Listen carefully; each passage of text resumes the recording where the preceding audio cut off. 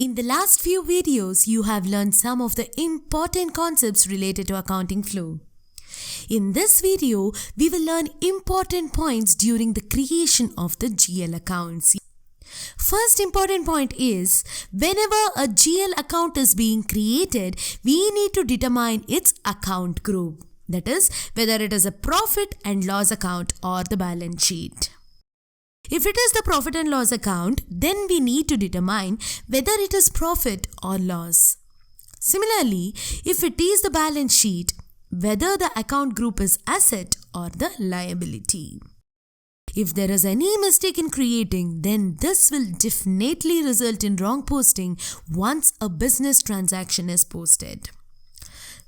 Now, the second important point is, after creation of the GL account, we have to understand whether it falls under the real, nominal or the personal account.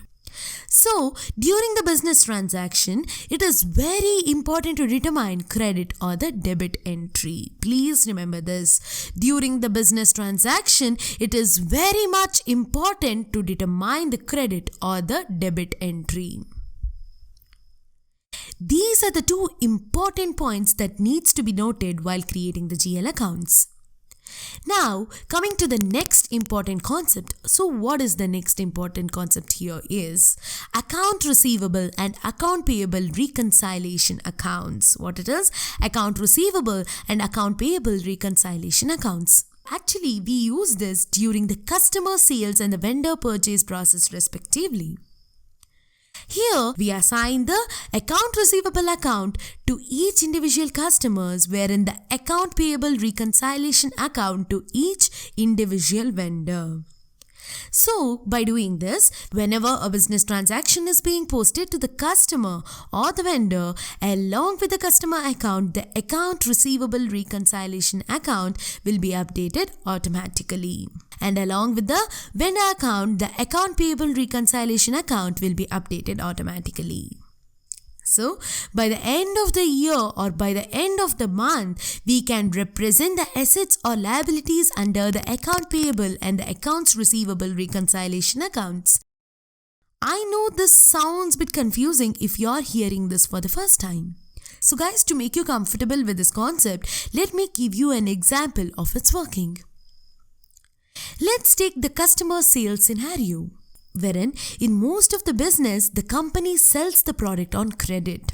That means they deliver the goods first and then collect the payment at the later date from the customer.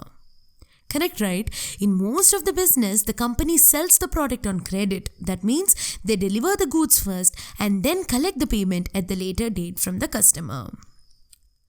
So, when the sales happens, the journal entries will be like Mr. Phil account debit and sales account credit.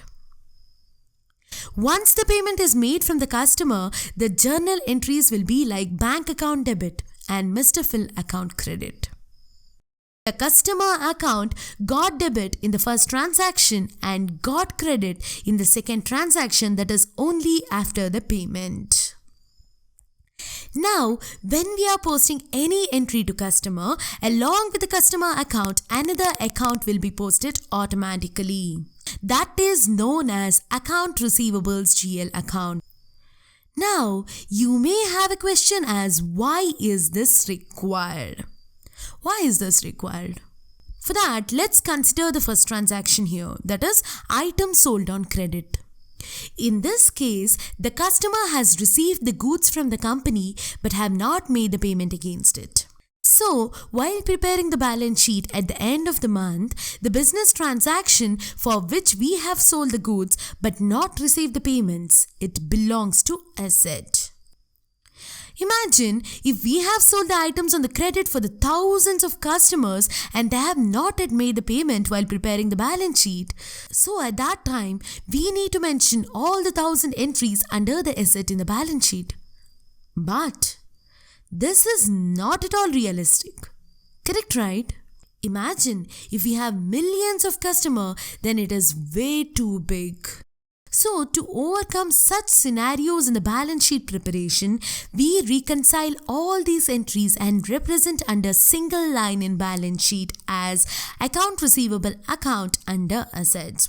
Similarly, we represent all the vendor accounts and represent in single line as account payable account under liabilities. Got it? Clear with the concept? Great. Guys, you will learn more on this in the future section of this course.